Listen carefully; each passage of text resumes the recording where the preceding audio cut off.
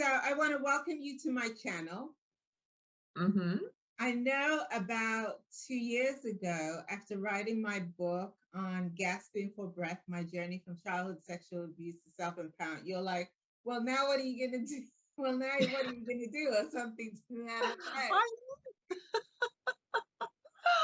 Oh my goodness, it was such a shock when you told me, because as far as I was aware, I was the only person other than the abuser and yourself who knew about this. That's true. So, That's true. yeah, And, and so just so and just so that everyone on my channel knows, um, Rose, this is my dearest friend, my heart, my sister. She knows pretty much everything about me. and we've been friends for eternity and will continue to be friends throughout of eternity. course, yes. So, a lot of time people have asked, who knew about your abuse? And I would say, my dear friend in England. And of course, that was you. So, Right. yes, for years and years, you were the only person who knew. And I think maybe up until you met Walter, yeah, your husband. yeah, yeah. Well, Other than actually, that, a little we before that, I did share with uh, another friend and right. a guy that I dated who told me that I was a workaholic.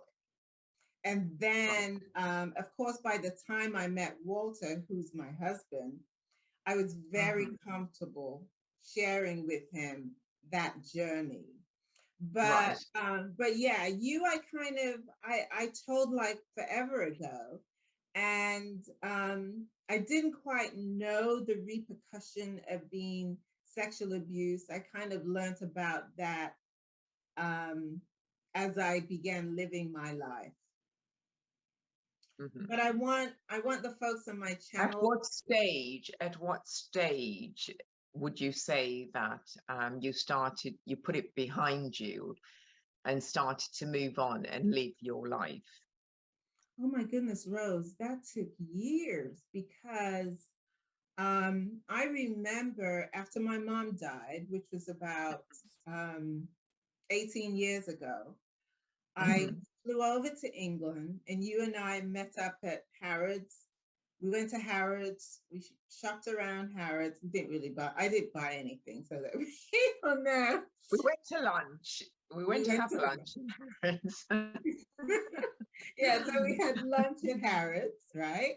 Mhm. And as we talked again, all my conversations, it seemed, would kind of generate So about the abuse. it always did in a roundabout way it went. And I think, you know, on that trip, you were so emotionally, I think it was like emotionally disturbed and couldn't move on from it. Mm-hmm. As so from what I gathered on that trip, and I remember it very, very well, Mm, you threw yourself into your work and your whole life revolved around your career, that's true. and that would stop you by keeping yourself busy and continuously studying Mm, for one thing or another. You moved from one study to another, didn't you? yeah, And I think you did that to keep your mind occupied. So there was no little space for this to creep in. right. So you were trying to push it at all times. You were trying to push it at the back of your brain, so to speak. Yeah, yeah, Like, we've all got a little library in our brain yeah. where we store things away once we've dealt with it. But I don't think it was ever dealt with in any shape or form. It wasn't. And so it was always through your growing up there. And Yeah, also because of your religious beliefs and everything, you kept everything inside. mm-hmm. You didn't, and you became quite introverted as well, didn't you? Yeah, I did. I was With hiding. your work, but in your work and your career life, you were out there. I was. But once, I mean, come on, look at all you achieved in those years, Mm, but you were suffering internally. yeah. I was So hiding. once you left work and went home, you probably switched off for maybe an hour or so, but it was all preparing for tomorrow and everything. So you kind of kept yourself busy, didn't you? I That know, I and know. folks, that's the summary of my life. And I did become isolated, Yes. where I would have soundbite conversations with people, but not allow anyone to really get to know me. I never felt There was safe. always a barrier. You put Yeah, up a barrier. yeah, Mm. You know, you can speak to me, but it's almost like keeping your arms folded all the time. yeah, You know, my yeah, personal space. yeah, You know, I do martial arts and I have done. yeah. And one of the things in martial arts is that to keep people at bay and to show, you know, is to fold your arms and keep your arms folded. And that's telling them this is my personal space Mm, and you can't come into it. right, And I think that's what, without folding your arms, really, that is what you were doing right, with people, keeping right, them at bay. right, Smile and laugh and joke, but right. behind closed doors, you then went back into yourself. Yeah, Yeah. that's how I lived, and so that's why I wasn't Hmm. dating. Um, That's right. Isolation, working myself to the bones. And so now now we're at this trip where I'm in England. And so the viewers know I was raised in England. Um, Yes, yes. yeah, Did so you need to say that we actually met at school at 11 we, years old. we did. We did. We met when we were 11 years old So we won't say how many years that's passed, all and right? we became instant friends at 11. I mean, we met as little kids. And by the way, folks, Rose is drinking water and I'm drinking elderberry because it's very early It's in the morning neither of us where drink I am. alcohol. No alcohol. No alcohol. And so we met, and can I share this bra story, Rose? Okay. Can I share the bra story? Okay. So, folks, we met, and then, when you're 11 years old, your body starts changing. And my mom hadn't said anything to me about, we used to call them back then trainers. I don't know what they call them now. That's what you No, I call think it. it's the same.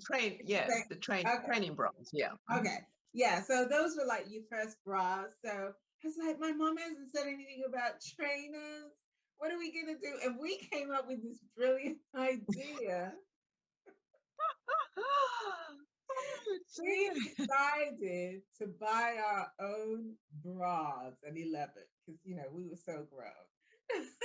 And I still remember that I got three bras, a light green with white stripes, a purple with white stripes, and a very delicate blue bra. I remember those three bras to this day. I had a white and a purple one. Yeah, and just so the viewers know, we wore a uniform, which was white shirts, White blouse white and blouses. white blouse. Yeah, and so if you can imagine any of those three bras under that, so we were Oh, grown come in on, our thinking. we're setting fashion. We're making a fashion statement, which is what people are doing these days. So we started it 50 odd years ago. So we had Yeah, purple bras. You could quite clearly see the purple through yeah, our white blouses. yes. And then, but then we also wore purple tights, don't you remember, to match? Oh, we did? Yes, we did. Oh my goodness. Yeah, different coloured tights that you used to wear, and we had the purple tights as well. Oh my goodness. I didn't remember that. Oh wow. See, we were very Yes, fashionable. yes, yes. And they had the green ones as well, but we never went that far. We only went as far as the purple Oh and the my flesh coloured. word. Oh my It's strange word. you're talking about the bra because I mentioned that to my sister Pearline. Hmm. the other day, and Yeah. she said, I remember those bras very well. She said, because up until today, she still buys that same style of bra. Oh my word. Yes. So we And I said started this to something. her. Yes, we started something because I mentioned to her that you were going to call me, and Yeah. so we were, kind of having a laugh. And yes, so the bra story came out, and Okay. So there you have she it, thought, "Oh folks. my God!" But So there yes, was some, yes. So there you have it. Yeah, yeah, there was something to the we bra. So started then, a fashion frame. yes, we did. So that gives some perspective how long we've been friends, and Yes. just want you all to know that Rose has shared my ups and downs, my highs and my lows, all my career journey, what I was doing when I was in the newspapers, um, everything, All your and achievements, which all I'm my very, very proud achievements. Yeah, and when I was in college, Rose would call to check up on me. So we've kind of been there for each other. I've listened to her stories, and you know what? A 007 movie would not do justice to this lady's life. This lady's life. Believe me, I know where all the bodies are buried.